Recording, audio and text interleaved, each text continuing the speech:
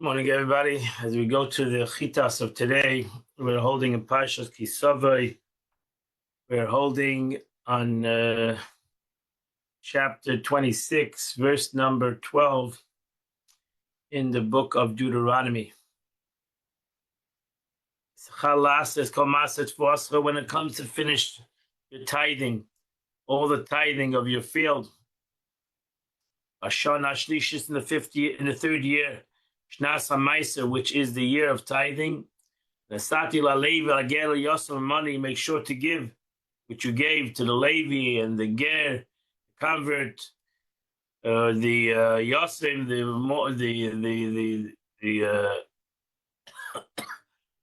the orphan, or the almana, or the widower. And they shall eat in your. They'll be eaten, and they'll be satisfied. They'll eat in your gates, and they'll be satisfied. Now she says, meaning when you finish separating the tithe of the third year of the seventh sabbatical cycle, because everything went in sabbatical cycles of the cycle of the 7-year sabbatical. So that's how it used to go for 7 years, from the time they came to Eretz Yisrael till today. We know exactly when Shemitah is, and we have every 7 years we have the year of Shemitah. So in that 7 years, there's every year has a different kind of a meiser. So when finishing separating the tithe of the third year of the 7-year cycle, the Torah fixed the time for removal of the tithe and the subsequent affirmation on the day before Passover of the 4th year, where it says at the end of 3 years you must take. So when is the end of 3 years? Because we go by the months, we go Pesach is the first month of the year for tithing. So Tishrei is the first month of the year for years. Pesach is the first month of the year for tithing. Here it says the end of the year, and elsewhere it says the end of 7 years, regarding the obligation to assemble the people. Just as here is to the festival, so too is referring to a yontiv. These say that but maybe you'd say maybe it means Sukkot, because there, Shnas Hakel, the 8th year, is actually in Sukkot. So to here, maybe it's Sukkot. Therefore, the Torah says when you finish tithing, the tithe of the 3rd year, implying the festival meant when your tithing can be concluded. And this is Passover. For there are many trees that harvest only after Sukkot, so it cannot be when it comes to the trees, it's a tithing on Sukkot. It must be on Passover. It follows that the tithing, the produce of the 3rd year, is concluded at Passover the 4th year. Whoever is delayed giving his tithe until then you have to take it out of your house. Shnas HaMaiser, the year when only one of 2 tithes that applies in the previous 2 years applies. For the produce of the 1st year of the sabbatical cycle, so again, every year has a different obligation. So the 1st year sabbatical cycle is subject to the first tithe. It's to the Levi. As it says, when you take tithe from Israelites, and the second tithing, which needs to be called Ma'aser Sheni, which you got to bring up to Yerushalayim. The second tithe, it says you must eat the tithe of your grain and wine early before God. There are thus 2 tithes, the first and the second tithing. Scripture, the Torah continued, teaches us that the 3rd year, only one of those 2 tithes applies. Which one? The first tithe. So in the 1st and 2nd year, you have 2 tithings. The tithing to the Meiser to a Levi, and also you have to bring it to the Beis HaMikdash. The 3rd year, you only have the tithing to the Levi and the first tithe. And instead of the second tithe, you have to give it to the poor. The 3rd year is Ma'aser Ani. As stated here, you give it to the Levi, that which is due to him. So a Levi always gets the tithing every year. Like Truma, we're not even talking about Truma. Truma always given to the Kohen. Every year you have to give a Levi a tithing. The first 2 years you have to give to the Ma'aser Sheni, you have to bring up to the Beis HaMikdash. The 3rd year is Ma'aser Ani. Besides the Truma and the Ma'aser to the Levi, you have to bring Ma'aser Ani, you have to give tithing to the poor, which is due to him. the first tithing, the convert, the orphan, the widow, referring to the tithing to the poor. And they shall eat in your stations, in your cities, and you shall make them satisfied. Meaning, give them enough that they can be satisfied. Based on this, our sages says, one may not give a poor person collecting the tithe at the threshing floor less than a half a kav of wheat. So the Gemara says exactly what it means to be satisfied, like a half a kav. Kav is a certain measurement in Allah. And you must make an announcement before God in the 4th year. I did all my tithing. I gave it to the Levi. Every year I gave my tithing to the Levi. Again, I gave it to the convert. I gave my poor tithing. Everything that you asked me to do. I did not pass over any of your commandments, and I did not forget to do it. Rashi said, affirm that you're giving your tithes. This refers to the second tithing and the 4th year fruits. It teaches that that's not the Ravayit. That's the 4th year, right? So the first 3 years, you're not allowed to touch the fruits of a tree, a new planted tree. The 4th year is called Neter Ravayit. You have to bring it to the Beis Hamikdash, the fruits. And now you're only allowed to eat the fruits in the 5th year. So besides Ma'aser Sheni, you had to give. That was one of Koirach's challenges. He says, ultimately, what are we left with? We're giving Ma'aser, we're giving Truma to the Kohen, you're giving Ma'aser to the Levi, you're giving Ma'aser Ani, you're giving Ma'aser Sheni, you're giving Ma'aser not to the Vayit. There's nothing left for the person. There's nothing left for the farmer. Basically, everything is given to the Kohen, and all the first animals and Eish Gaz. First time you share your animal, everything, and it's to be tithed. It's taxation, too much taxation. Eventually, the teacher, if you delayed giving your tithe of the previous 2 years and did not give them up to Yerushalayim, so you must finish. For whatever reason, you were too busy and you didn't give all your tithe in the first 2 years. You got to finish all your tithing by the 3rd year. At the end of the 3rd year, which is the Pesach of the 4th year, you need to make sure that everything is done. God Masat Levi, this is the first tithing. So this is the first tithe, besides Truma, that's to the Kohen. So there's Truma to the Kohen, there's the first tithing, which is called Ma'aser Rishon. That's always to the Levi. It's called the first tithing to the Levi. The Levi always gets Ma'aser Rishon, the first tithe. Lagel, Yasam, Almana, that Ma'aser Ani, this is Ma'aser Ani. So I'm sorry, this is the first tithing. The Gam is also including Truma and Bikurim. So don't forget, I forgot that one. So Bikurim, you forgot the Bikurim. So you have every year you have to give Truma for the produce. You have to give Ma'aser Rishon, which Truma was to the Kohen. Ma'aser Rishon was to the Levi. Bikurim, the first fruits of every year, you have to bring it up on Shavuos. And then the first 2 years, they give Ma'aser Sheni. And the 3rd year, Ma'aser Ani. Lagel Yasal Amana to the converts, Ma'aser Ani, the tithing to the poor. So there was, every year, there was 4 or 5 tithings of everything that you took from the field. Actually, I did it in order. I did not give Truma before the first fruits. First thing is Bikurim. Bikurim, every year, you have to take the first fruits, separate the first fruit. That's number 1. And then the second thing was Truma, to the Kohen. I didn't give to the Levi before the Kohen. So I gave first Bikurim, the first fruits, and then I gave Truma to the Kohen. And then I gave to Ma'aser to the Levi. Sheni addition. Then I separated Ma'aser Sheni to also go to Yerushalayim. Truma is always the first, besides Bikurim. And the first fruits, once the grain is Paul says, the Torah says you must not delay your tax of newly ripened fruits, nor your Truma. Do not exchange the order. You have to give it exactly in order.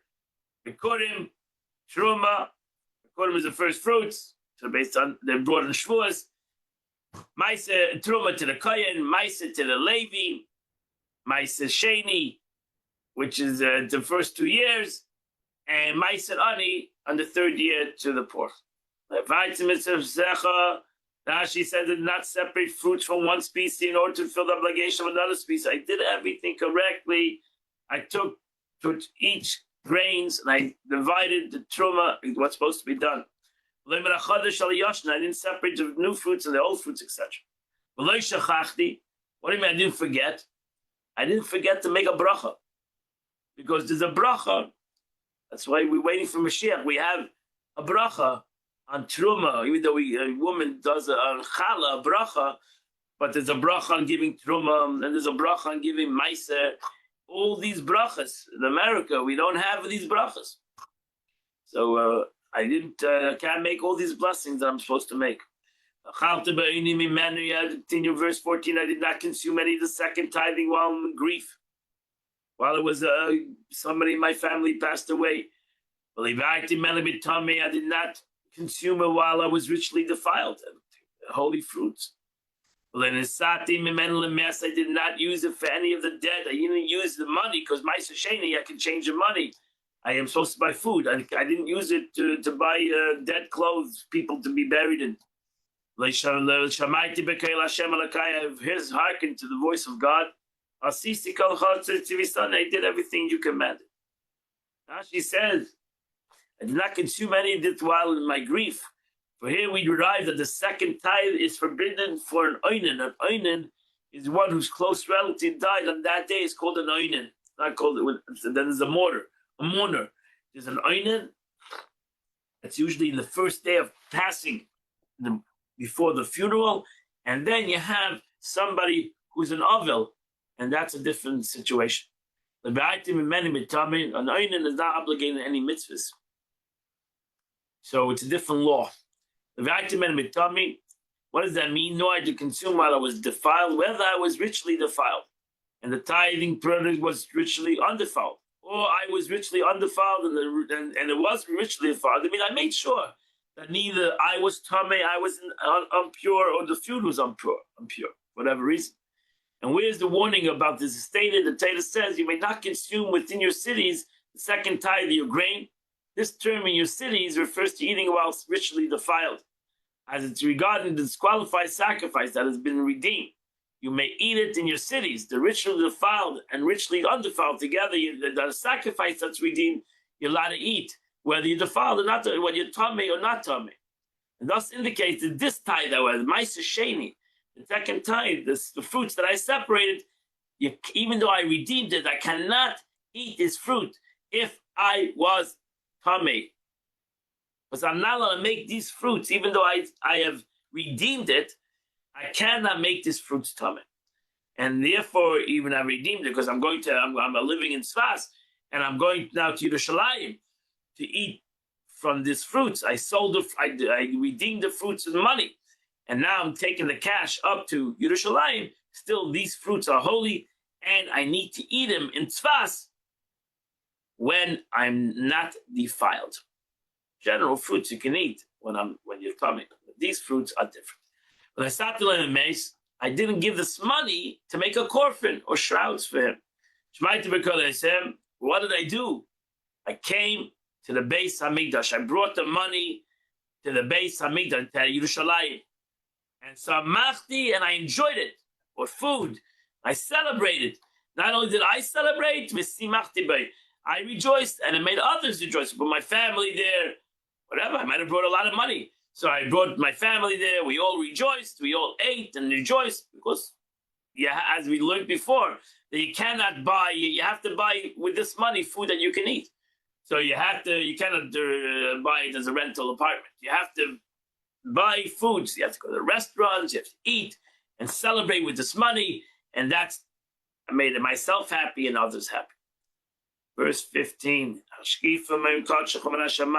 Look down favorably from your holy dwelling. And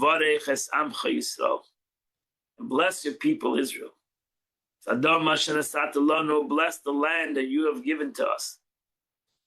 And as you have sworn to your forefathers, Eretz Zavas Chalav Udvash. The land of Israel is a land that's flowing of milk and honey. Hashem says, we are done what you have decreed upon us. And now it's incumbent on you.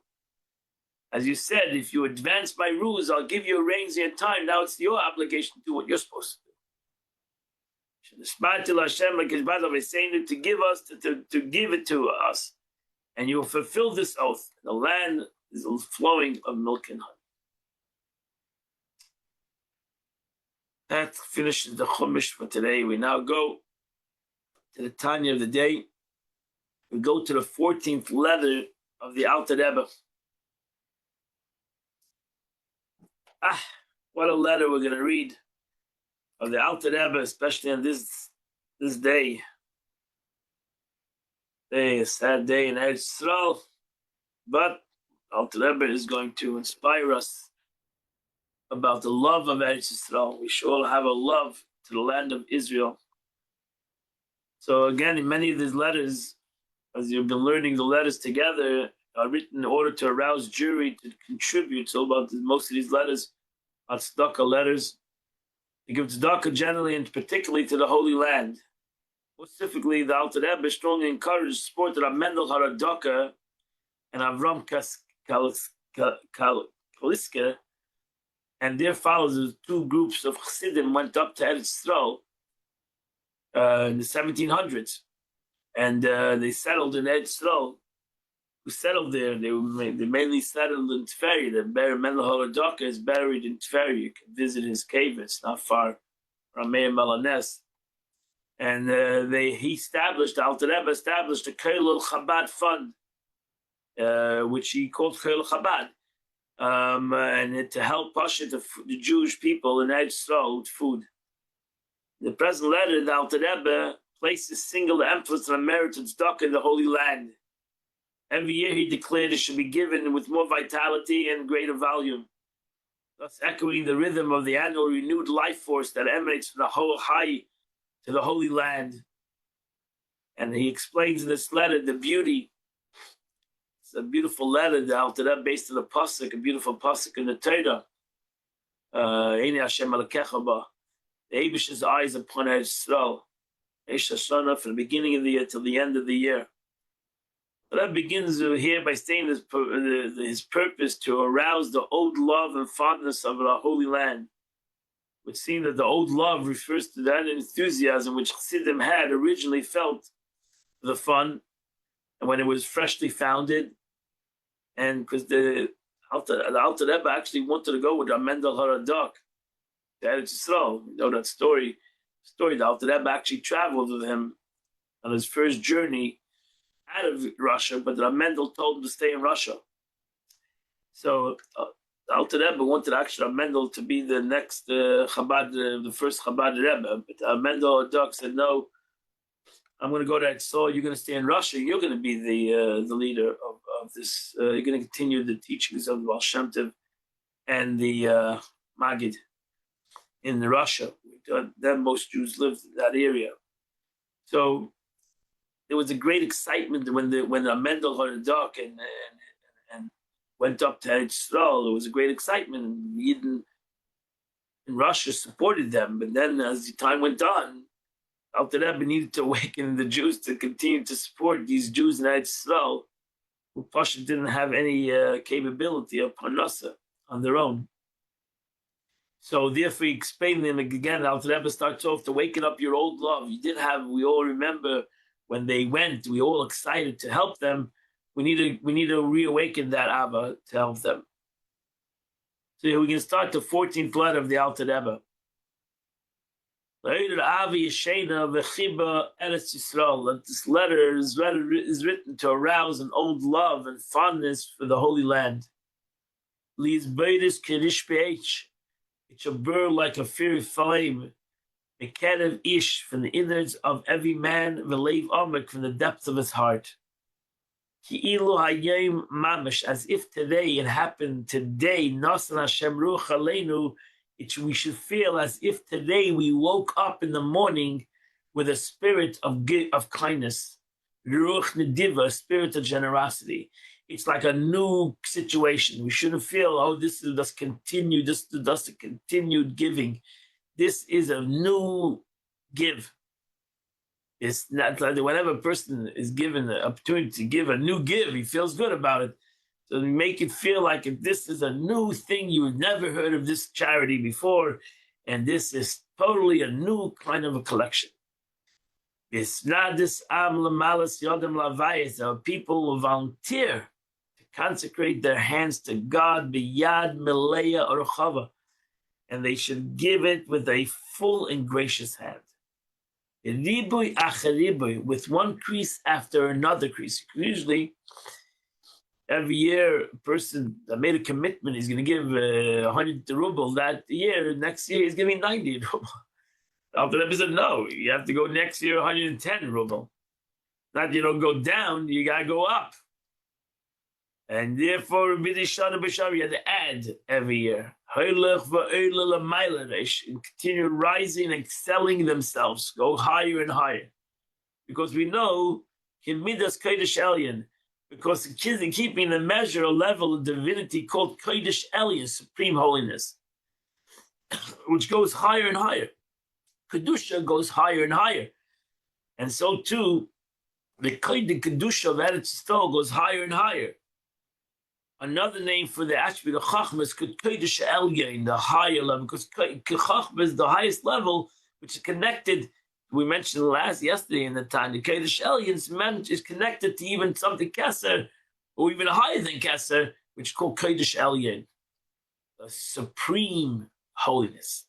Ameile Eretz HaKodesh, which radiates, this holiness radiates to the land of Eretz Yisrael.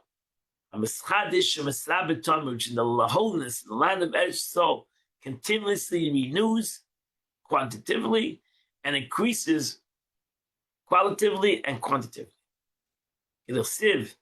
As the verse says, Tamid Einei Hashem Elekecha Ba, forever the eyes of the Lord your God is upon it, upon the land of Israel.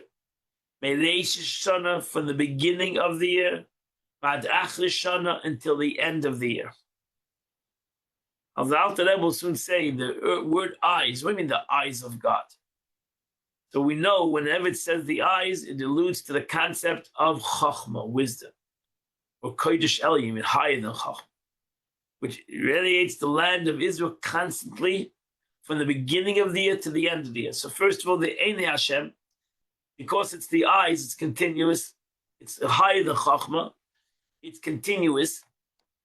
In order to explain how do we derive from this verse the level of Chachma that radiates the land of Israel is constantly renewed and increased, because we're looking for not only that to be renewed, we're looking for the increasing of the land of this spiritual energy to the land of Eretz Yisrael. Alter Rebbe first raises the following question: the Hai va'ad Achris Shana. What is the meaning of the verse? It says from the beginning of the year till the end of the year. When is the end of the year exactly? Ain't a moving. What is the end of the year? When is the end? The second the end of the year ends, 30th, 29th day of the 30th day of Elul. What happens? First day of Tishrei starts. That's the beginning of the year. So what time exactly? Well, Ma'ariv time. The second we end Ma'ariv on Erev Rosh Hashanah begins Rosh Hashanah the next day. So when is the end of the year? Achri Shana, because the end of the year, Maschal Shana Shnei, right away, that next second. So what are we talking about? What does it mean in the verse? There's really no end, because it goes right away to the beginning. It starts right away. So what's the beginning to the end of the year? At the end of the second Ma'ariv, essence in halacha, the second you say Baruch Hu on Rosh Hashanah by night, the first night of Rosh Hashanah, that's beginning of the year. That starts the new year. So the second before was the previous year. The second you said Baruch Hu, it's a new year. In Cain, have a leilam. So really, it should have said the eyes of God are upon it for the whole forever. What's the difference? What does the meaning is from the beginning of the year to the end of the year? Are you going to split? Are we splitting a hair over here? Are we splitting the second? How do we split the second between the previous year and the new year? It's in a half a second. It's not even in a second. So what you really say The eyes upon God and the land of Israel forever. Finished. That would be a better statement. So we have to understand what means the statement for the beginning of the year till the end of the year. The Alter Rebbe explained something which really to all of us, what means Rosh Hashanah, what means the beginning of the year, what means why we have a new year, continuation of last year. The second last year ended, the new year began. So why do you need a new year? What's the point of Rosh Hashanah? What is the point of Rosh Hashanah? To come to the concept of crowning God a king. We can crown the God a king anytime. So what is the point of Rosh Hashanah? Why do we call it Rosh Hashanah? Alter Rebbe explains us a very deep concept in the concept of Rosh Hashanah. Alter Rebbe is talking about Eretz Yisrael, but ultimately Eretz Yisrael, the blessing of the new year, gives us is to the whole world ultimately. Yuvin will understand this. What the verse says, Hashem b'chachma yostad, that the Eibishter God with wisdom established the earth. What is the meaning of that? That everything comes from chachma. Kol b'chachma sisa. Sheyisei the Eretz Elyena, that the foundation of Eretz Elyena, the higher land, the heavenly model of the terrestrial holy land, which is Malchus Matzilus, as we all know already. We've learned this many times. So the all comes from Chachma. Even Malchus, Datzilus, comes from Chachma. It all starts off in wisdom, in Chachma Datzilus, in the Chachma of the world of emanation. But we're talking about Yostaris, is Mamala Kalam, which is the mode, the creative influence that emanates and therefore is called Mamala Kalam, is fitting all worlds. So this refers to Sfiras HaMalchus of the world of Atzilus. The world of Atzilus, Malchus of the world of Atzilus is called Eretz Elyon. It's called the upper land, the holy land of Israel is a Malchus of the world of Atzilus. And it's last, and for it is the last, and so to speak, lowest of the supernal spheres in the world of Atzilus. And it's vested itself in the created world and beings so that it violates. That's why. So Malchus of the world of Atzilus, talk about Malchus of the world of Atzilus, it's still Mamala Kalalman. It's called an Eretz, it's called a land, it's called, it has many names, Shechina, it's called the Imatata. Many words, many names to it, but it's all the concept with, because it's the Malchus of the world of Atzilus, the beginning of everything. The beginning of everything in the world, the reality all comes about from Malchus of the world of Atzilus. Eretz Yisrael is connected to Eretz Elyena, to the upper world, the Malchus of the world of Atzilus. Where is the connection between the Eretz Elyena, the upper world, and the lower world, Eretz Atachtein, Eretz Chayfetz? That's why Eretz Yisrael is called a land of desire.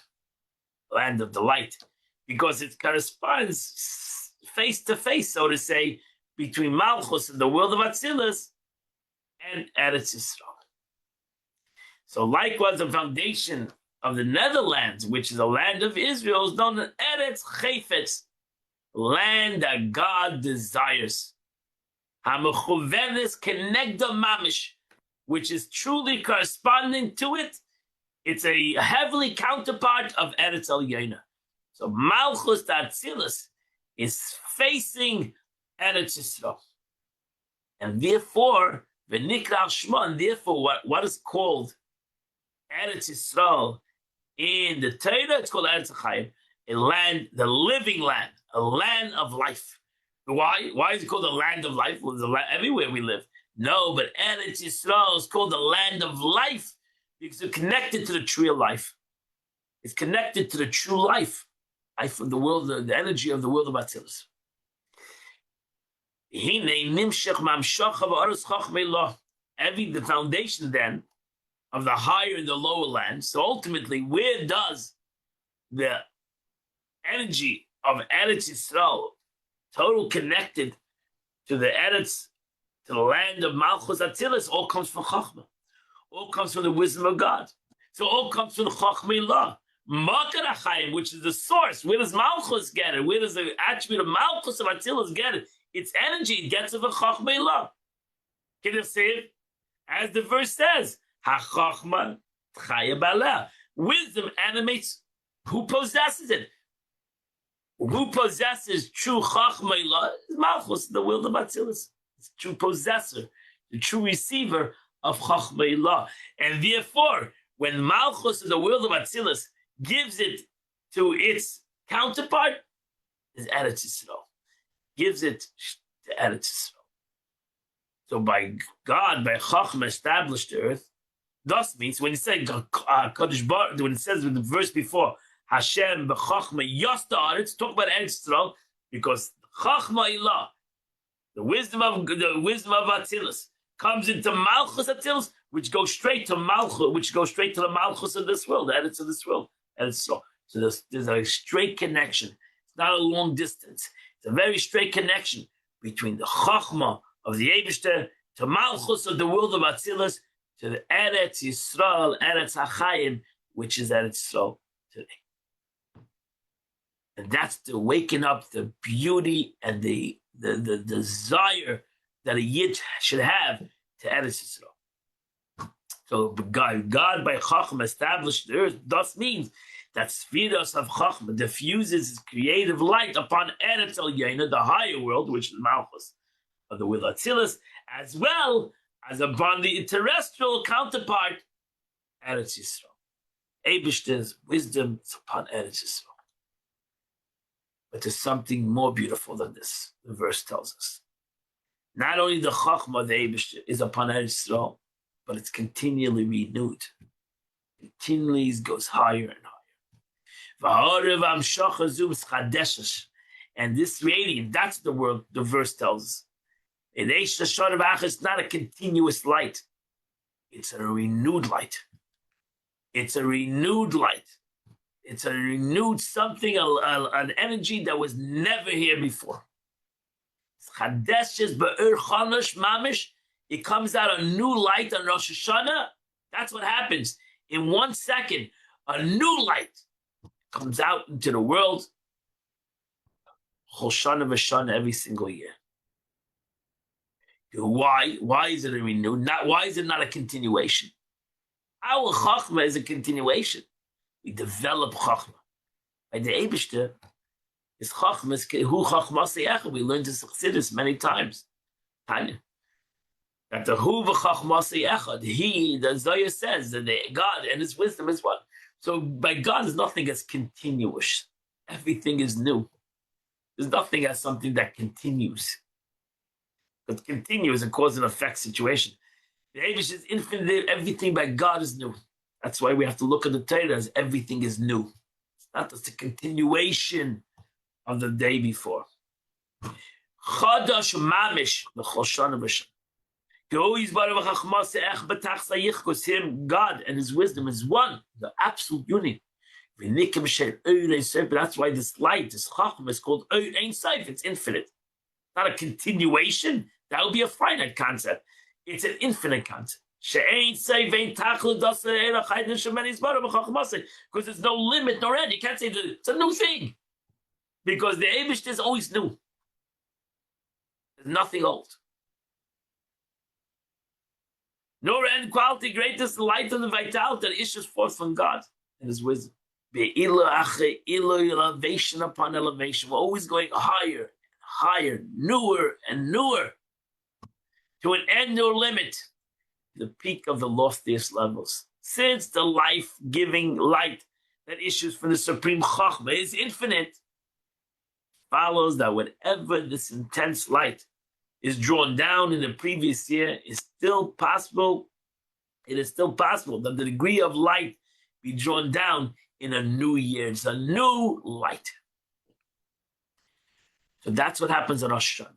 On Rosh Hashanah comes down a new Ur Chodesh, which gives the world light for the entire year. And then the next year starts a new light. Changes the light.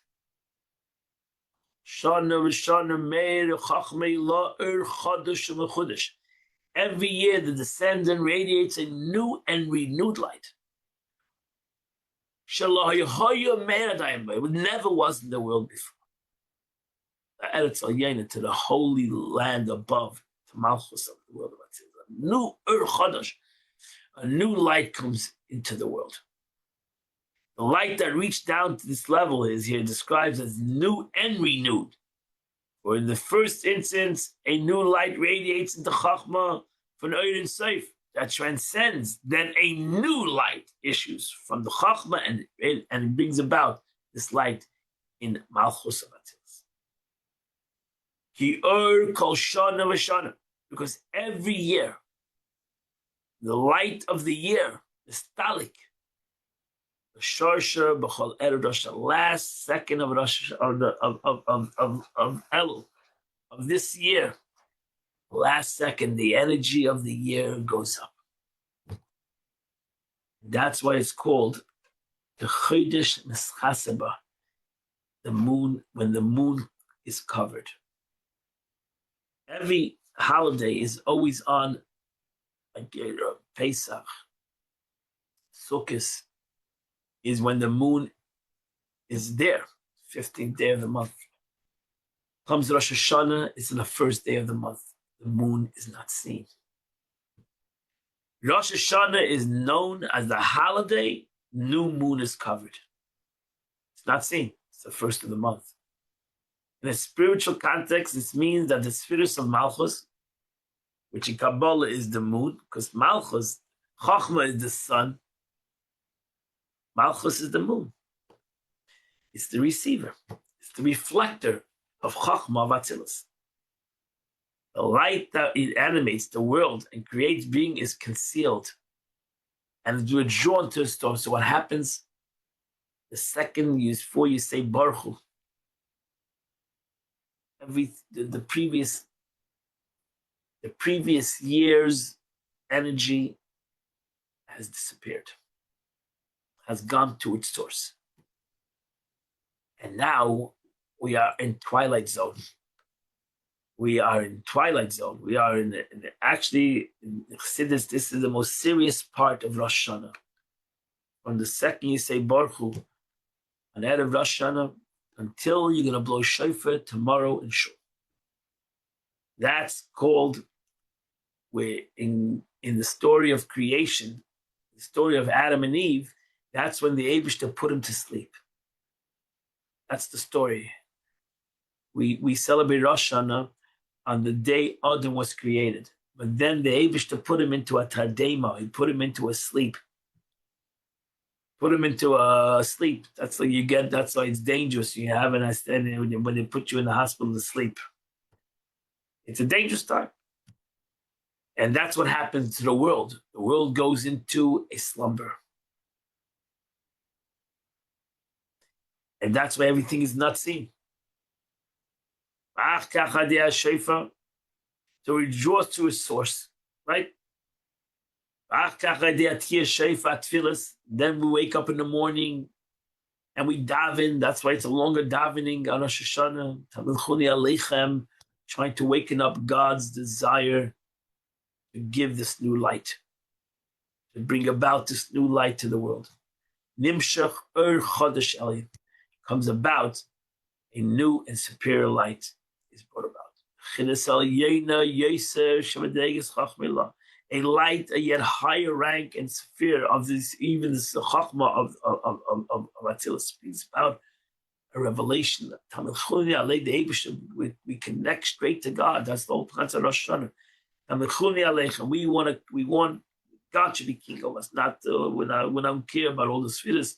That's all comes if the Eibishter wants the world, and the Eibishter wants to be the king. That is what we are focused on. That's why it's a simple shofar, to blow the shofar. It's a simple concept.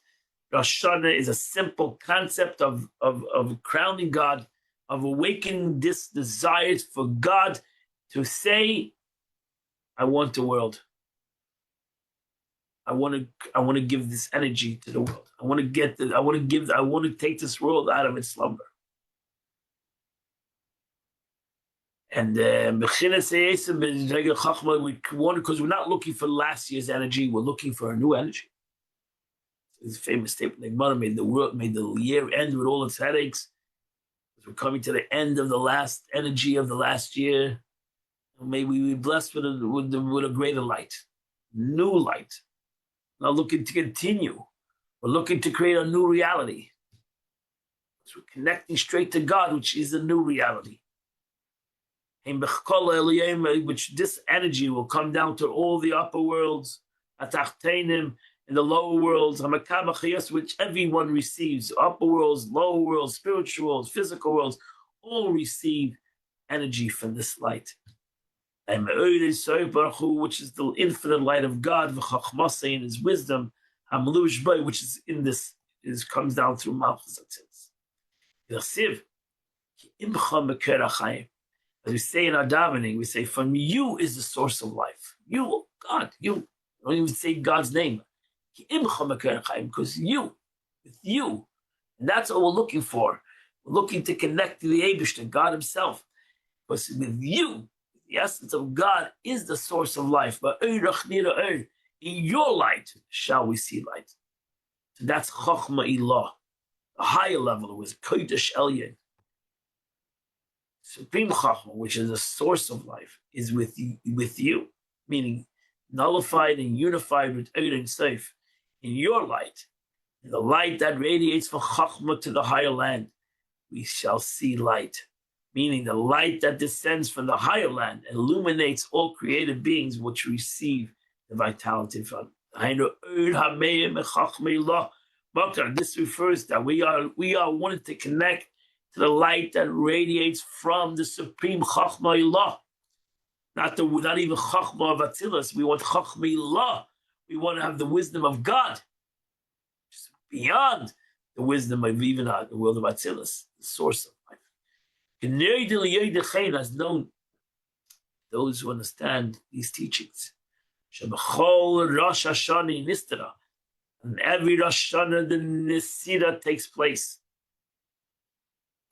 Nisira, it means this moment of this time of elusiveness, this time when this light, the energy of the last year goes away, and we're trying to create and we're trying to receive a new, more sublime wisdom, and so on. So this is the Kabbalistic theme regarding rebuilding the sphere of Malchus that takes place every Rosh Hashanah. Because it's all about, even in davening, it's all about Tamil Chuni Aleichem. Shofar and Zechronis, that's what we all mentioned, blowing, it's all for one thing. Ba'meh Shofar. Gemara says, the whole concept of Rosh Hashanah is to crown God King upon us. And how do you do it? Through Shofar. How do you do it? Through prayer. But the whole point is that the Eibishter should become a king. What does it mean, the Eibishter become a king? Here Chassidus explains, we're trying to build Shviras HaMalchus of Atzilus. We're trying to bring about that God should bring about a new energy into the world of Atzilus, in the Malchus of the world of Atzilus. That's the whole concept. That is what we're trying to do. We do it through prayer. We do it through Shofar. We do it through whatever else we do on Rosh Hashanah. It's all about this point. That God should become king. The building of Sfiras HaMalchus, the rebuilding of Sfiras HaMalchus, the rebuilding of a new Sfiras HaMalchus in the world of Atzilus. That's what we're trying to accomplish. That's what we do accomplish. That's Hashem. On the day of creation, which took place on the Rosh Hashanah, that's what happened. On the first Rosh Hashanah of creation, Adam and Eve. And subsequently, the Nesira of the ribs, that's the Nesira, when God put Adam to sleep, he took a rib, he then gave an operation, which Eve was formed. Which Eve is Sfiras HaMalchus, Kabbalah, right? Eimatata. So Eve, that's what all happened. First, Eibishter, Chachma, and Bina were together. That's why Adam and Eve were one entity. And then the Eibishter put him to sleep. He took a rib, took something from him, and he created Eimatata. He created another mother, the mother Ein, Chava. Why we should call Chava Ein Kola? We should call Chava. Look at the Torah, because she was the life of the world. So she was Malchus. Adam was Adam Elyon, was Chachma. Came about, the Eibishter put him into a sleep. Not to put him into sleep, that he wouldn't get up. But he did get up, Baruch Hashem. He got up with Malchus. He got up with Anisha. He got up with a separate woman, who we named Chava. Why? Because she was Ein Kol Olam. She was the mother of all humanity. Which is the concept what we redo on every Rosh Hashanah. The Eibishter puts the world to sleep. Adam puts the humanity to sleep. And then we wake up and we daven and we blow shofar and we do everything else in Rosh Hashanah to create this aim, to create this mother again, create Chava again, that the Eibishter should bring about to bring the Chava of the world, the Malchus of the world of Atzilus, that the Eibishter should create this new Chava, this new woman, this new Malchus. Let's come to the Adam Chesel echoes supernal man, meaning the bracket of spirit is known as collective Zah. The world of Atzilus, slumber alludes to the withdrawal of the supernal intellectual attributes, or Meichen, from Zah, just as man intellectual withdrawn during sleep. New and more sublime Meichen, which then draw down to Malchus, are far superior to the Meichen that Malchus previously from Zah. We create a new Meichen, we create a new Chachma, new creation of man, and ultimately new creation of Malchus. Truth is, this happens every Rosh Hashanah, but the truth is, in Chassidus, this happens every day. Well, Prati is because Rosh Hashanah is the general light for the year, and then every day we need to accomplish, we need to bring down the light. The Or Chodesh that was given for the general year needs to be brought down every single day. Well, Pratis, you want to get more specific, every single day this happens. Every single day is a small new year. Shachas happens every Shachas, creates a new light for that day. It's not the previous day's light, it's actually a new light, more sublime one. It's a new light, it's a new beginning, it's a new reality. In general terms, in respect to the world as a whole, it says after 6,000 years, it's going to be an Olam Chadash. So we have it just like we have in the 6 days of creation, and the 6 days of the year, and 6,000 years, and every year. All these are interconnected one to the other. Now in regard to daily dissertation of the Meichen during prayer as experienced by the individual man, in 6,000 years of the world existence, this occurs on every single Rosh Hashanah. And that's the beauty of Rosh Hashanah that happens every year. As the Alter Rebbe is going to connect it in a moment, like tomorrow, Be'ezat Hashem, more. This is more connected to Rosh Hashanah than to any other land in the world. But that ends the Tanya for today. Today is the 15th day of the month, which chapter 77 and chapter 78. To do those two chapters, you would do the Chitas of the day. The Rebbe writes the Yom Yom, the day-to-day of the 15th day of Elul. Today is a special day in the Chabad calendar. The founding of Yeshivas Tomchei Temimim Lubavitch in the year 1897. The Rebbe Rashab, 5th Lubavitch Rebbe, established what we know today as Tomchei Temimim, the yeshiva that he wanted specifically that would learn Chassidus and Nigla. And he established this yeshiva. It was the first Lubavitch yeshiva, officially Lubavitch yeshiva, even though they were learning. There was a house of study always in Lubavitch, but it was not officially yeshiva. The first yeshiva that was established is in 1897. The beginning studies of Talmud and Chassidus was on Wednesday, the 18th day of Elul. So it was established in the 15th day, but the actual learning started on the 18th day of Elul.